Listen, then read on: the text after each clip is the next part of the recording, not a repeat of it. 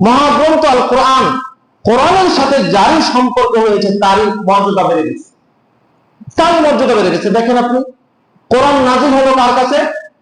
নবী মুহাম্মদ সাল্লাল্লাহু আলাইহি ওয়াসাল্লামের কাছে।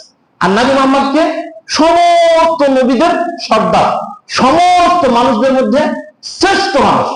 তাহলে শ্রেষ্ঠ কিতাব নাজিল হলো কার কাছে? শ্রেষ্ঠ মানুষের কাছে। আবার যে কোরআন নাজিল করলেন, যার মাধ্যমে নবী মুহাম্মদ সাল্লাল্লাহু আলাইহি ওয়াসাল্লামের কাছে কোরআনকে পাঠানো হলো, নাজিল করা হলো, সেটা জিবরিল আলাইহিস সালাতু ওয়া সালাম। ফেরেশতাদের মধ্যে সবথেকে মর্যাদাবান ফেরেশতা হচ্ছে জিবরিল, এবং ফেরেশতাদের মধ্যে সর্দার নেতা আসবে জিবরিল আলাইহিস সালাম। তারপর দেখেন যে কোরআন কোন মাসে নাজিল করা হলো? শ্রেষ্ঠ মাসে, রমজান মাসে। 11টি মাসের মধ্যে সবথেকে শ্রেষ্ঠ মাস রমজান। আবার কোরআন কোন রাতে নাজিল করা হলো? শ্রেষ্ঠ রাতে। যতগুলো রাত রয়েছে সব থেকে শ্রেষ্ঠ রাত সেটা হচ্ছে কি? লাইলাতুল কদর, খায়রুম মিন আলফি শাহর, লাইলাতুল কদর, রমজানের মধ্যে। তাহলে এই যে দেখেন, কোরআনের সাথে যার যার সম্পর্ক হয়েছে সবাইকে সে শ্রেষ্ঠ বানিয়ে দিয়েছে। আপনি দেখবেন সামান্য একটা কাপড়, এই কাপড়টা যদি রাস্তায় পড়ে থাকে, আপনার কাছে কোনো গুরুত্ব আছে? আপনি লাঠি মেরে চলে যাবেন, সামান্য একটা কাপড়, সাদা কাপড়। কিন্তু এই কাপড়টা যদি আপনি কোরআনের সাথে লাগা যায়, লাঠি মারতে পারবেন? পরে গেলে আপনি চুমা খাবেন 5 বার 10 বার করে। কেন? এই কাপড়ের তো কোনো মূল্য নেই, এই কাপড়ের তো কোনো দাম নেই। কত কাপড়কে আপনি লাঠি মেরে চলে যাচ্ছেন। কিন্তু ওই যে কোরআনের সাথে সংস্পর্শে আসার জন্য, কোরআনের সাথে লাগার জন্য আপনার কাছে সেটা কি? সম্মান। একটা কাঠে একটা কাঠ, কত কাঠকে লাঠি মেরে চলে যাবে। কাঠের একটা রেহেল, একটা ওই রেহেলকে আপনাকে যদি দেওয়া হয়, যেটাকে কোরআন রাখা হয়, সেটাকে লাঠি মারতে পারবেন আপনি? পারবেন না। কেন? কোরআন রাখা হয়।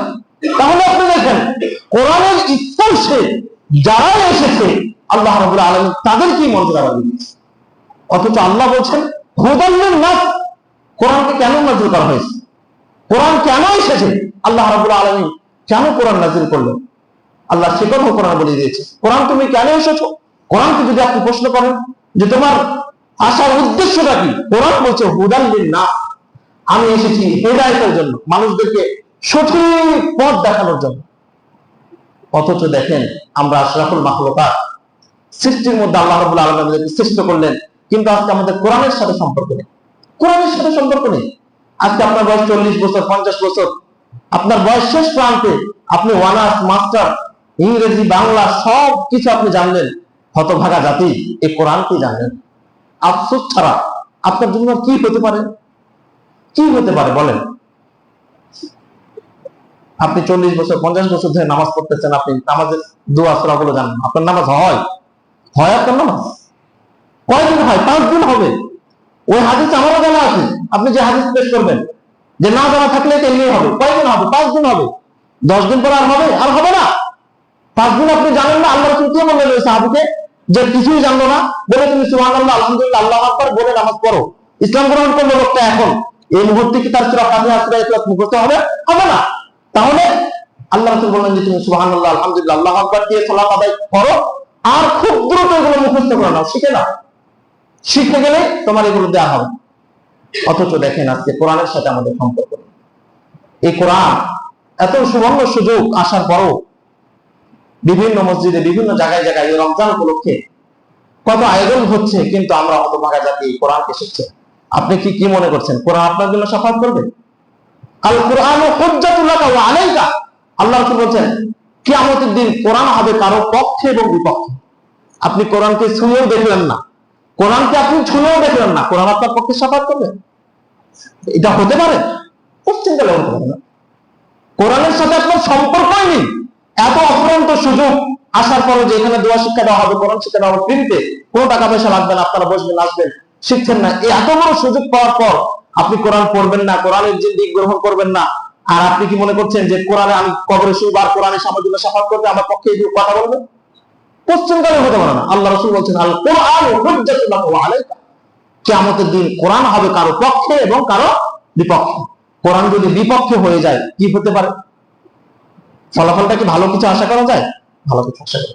সম্মানিত উপস্থিতি, আল্লাহ রাসূল সাল্লাল্লাহু আলাইহি ওয়াসাল্লাম এখানে আরো হাদিস বর্ণিত করেছেন যে কোরআন কিয়ামতের দিন আপনার শাফাত করবে। কোরআন আসিয়ামু ওয়াল কুরআনু ইয়াশফাআন লিল আবদি ইয়াউমাল কিয়ামা। আল্লাহ রাসূল বলেন আসিয়ামু, তথা রোজা, এই যে আমরা যেটা রোজা রাখতেছি, ওয়াল কোরআন এবং কোরআন, সিয়াম এবং কোরআন, রোজা এবং কোরআন, ইয়াশফাআন লিল আবদি, বান্দার জন্য ইশফাআন মানে সুপারিশ করবে, শাফাআত করবে, ইয়াউমাল কিয়ামা, কিয়ামতের দিন। এখনো আসিয়াম, সিয়াম বলবে আইয়ু রাব্বি, হে আল্লাহ, হে রব, মান আতুত তুআমি ওয়া শাহওয়াতি বিন নাহার, আল্লাহ এই ব্যক্তিটাকে আমি সারা দিন সবকিছু খানা পিনা, স্ত্রী সহবাস, ফাহেসা কাজ থেকে আল্লাহ আমি বিরত করে রেখেছিলাম। সে চাইলেই খেতে পারতো, আল্লাহ সে চাইলেই খেতে পারতো, সে চাইলেই একটা মিথ্যা কথা বলতে পারতো, খারাপ কথা বলতে পারতো, কিন্তু করে নাই। কোরআন আপনার সিয়াম সেদিন আপনার পক্ষে, আপনার জন্য, আপনার হয়ে আল্লাহর সাথে কথা বলবেন। সুবহানাল্লাহ, কি চমৎকার একটা দৃশ্য। আল্লাহ আমাদের সকলকে কোরআন এবং সিয়ামের শাফাত যেন আমরা আমাদের জন্য করে, আল্লাহ সেই তৌফিক দান করুন, আল্লাহুম্মা আমিন। যেদিন সবাই পালিয়ে যাবে, যে বিষয়গুলোকে আজকে আপনি আপনার মনে করছেন না, যেগুলো কাজের মনে করছেন, বিবি, সন্তান, বাল বাচ্চা, আপনার আপনজন যাদেরকে মনে করছেন, দেখেন তো তাদের কথা কোথাও এসেছে নাকি? যেগুলোকে আপনি তুচ্ছ তাচ্ছিল্য করে দূরে সরিয়ে দিলেন, একদিনও কোরআনের সংস্পর্শে আসলেন না, কোরআন শিখলেন না, অবহেলা করলেন, সবকিছু আপনি শিখলেন, এই কোরআন শিখলেন না, এই কোরআনের জীবন গ্রহণ করলেন না। দেখেন তো এই কোরআন, এই সিয়াম, অনেক মানুষ আজকে দেখা যায় কোন ওজন না থাকা সত্ত্বেও সিয়াম ভেঙে ফেলে। একটা মাস, সারাটা বছর তো আল্লাহ খাইয়ে দিলেন। পূর্বের যুগে এই সিয়াম কত কঠিন ছিল জানা আছে? সারা রাত সারাদিন সিয়াম রাখতে হতো। আল্লাহ কত যে আমাদের জন্য ছাড় দিয়েছেন, তবু আমরা এই জাতি বুঝে না।